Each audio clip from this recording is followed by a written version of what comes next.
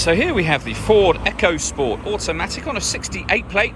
I'm going to start off by showing you inside the boot, and then we'll hop in and run through some controls from there. As we approach the back of the car, you can see we have reversing sensors, plenty of boot space as well, along with that 60/40 split folding rear seat should you wish to increase this boot space even further. The car also comes with this vinyl boot liner, which would have been an additional extra on this car, and you can alter the boot space with this tray should you wish to do that as well. Okay, now that we're inside the car, we're going to start with the dials. On the left hand side we have the rev counter, and on the right hand side the speedometer. At the bottom in the middle you can see the fuel gauge and coolant temperature gauge. It'll also show you what gear this car is currently in, so we're in park at the moment. Above that, in the very top left hand corner, we have the total miles for the car, which are 10,100. And below that, a digital readout for the speedometer. You can change the information that's displayed there for various different menus, as you can see, from your audio, navigation, phone, trip computer, and eventually back around to the beginning again. And the buttons that I was using to do that are just here. Beneath that we have cruise control and speed limiter.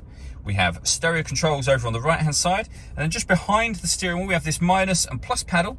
That's so that you can change gear manually, both down and up, should you wish to. Over in the centre we have the touchscreen for the car. So this is where you'll pair your phone.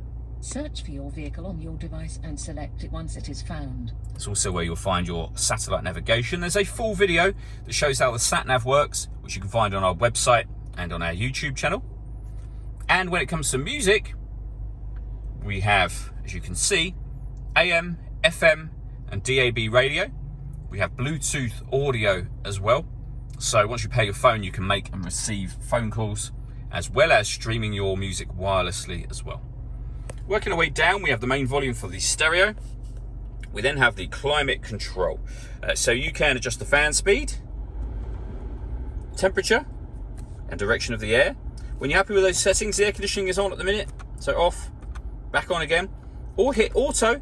The car will now maintain the temperature you've asked for by taking full control of the fan speed. You can override that whenever you wish to, and you'll see auto has now gone off. You can put it back on your own settings here as well. With a heated rear screen and a proper heated front screen. And if I move the gear lever out of the way a moment, you'll see we have two USB inputs for your music. We can turn the traction control off, we can turn off the stop and start, and we can turn the parking sensors on and off.